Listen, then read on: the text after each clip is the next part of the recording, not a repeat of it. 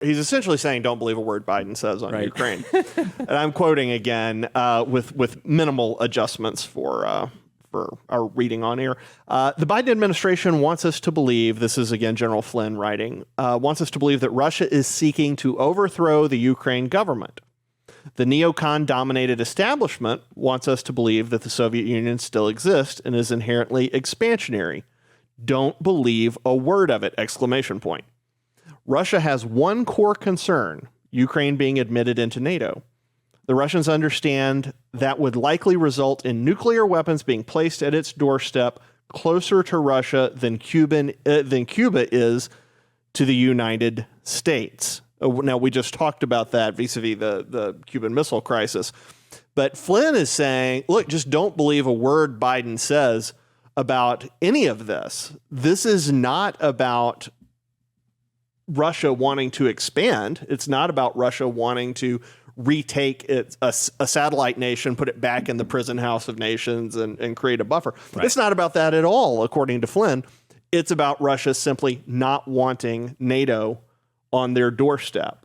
Do you think Flynn's right on this? 100%. But I also think we have to take into account the Nord Stream 2 oil part of this saga as well. Okay, for people who are watching who don't know, tell them what Nord Stream is. So Nord Stream 2 is a pipeline that is under construction that is being built in the North Sea that is going to allow the Russians to pump their oil reserves around Ukraine directly into Germany. Because a big part of how Russia has still maintained its status, because the nation is largely hollowed out, they have like most of their infrastructure that's just rotting away, they have mass poverty, like they have huge problems. But the one thing that they have in massive supply is oil.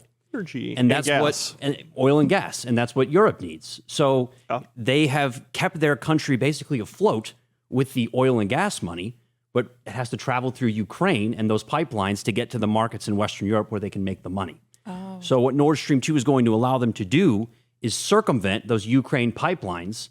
And some people have argued the reason that Putin has engaged in this Donbass separatist movement as opposed to a full-scale invasion is he doesn't want to decimate all the oil infrastructure and pipelines that would transport that gas to Europe. Yeah. But if he's got Nord Stream 2, all of a sudden now he still gets the gas to its destination, keeps the money flowing in, and he also now has more or less the ability to take Ukraine out without threatening their oil revenue. Yeah. Oh, that's an excellent point. It's a fantastic point. And that's one reason for all these years. I mean, ever since the Soviet Union dissolved, the Russians have wanted Ukraine back because Ukraine is a massive national security threat to them in that Ukraine can just blow the pipelines if they want to. And all of a sudden that gas and the crude that Russia has been selling, it's gone. I mean, you can sell to China still, but Europe is dying to get their hands on those energy supplies.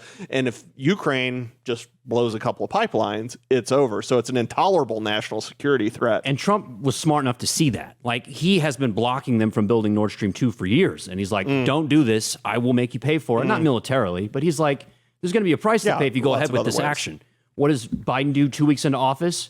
Tells the Russians, go ahead and build Nord Stream 2. More or less signing the death warrant for Ukraine with that action. That's excellent. So I think that's an important piece of this where it's like we have to think about it from their perspective. And I think so much of it is keeping the oil money going without having their infrastructure at risk. Yeah. What were you going to say? I was just going to say, like, why? Like, I'm just not so convinced on why Joe Biden is making these decisions when obviously from what you've just said, Caleb, they're not the right decisions. So I don't get the reasoning as to why he's doing what he's doing. Well, so part of it is a fundamental misunderstanding of geopolitics, which the left frequently engages in. They tend not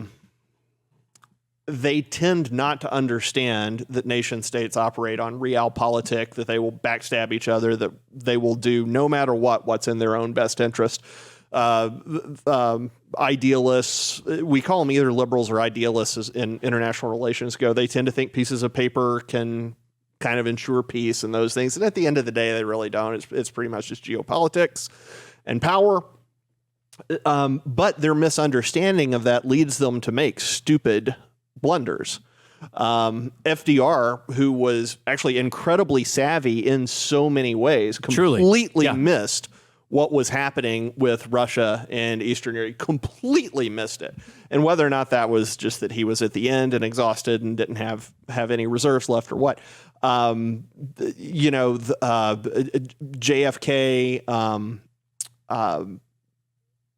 You're putting the troops in Democrat, Democrat, LBJ. Good gracious, I couldn't think.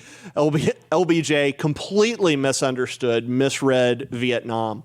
Nixon came in, he bombed the mess out of them, immediately got them to the table. But time and again, the left has misunderstood international politics. And because of that, because they kind of view things through sort of a set of rose-tinted glasses, they miss really obvious things. Well, Woodrow Wilson too, right? The architect of the Treaty of Versailles misses the fact that by ripping out like Germany's honor and economy, he basically sets the stage for World War II. Yeah.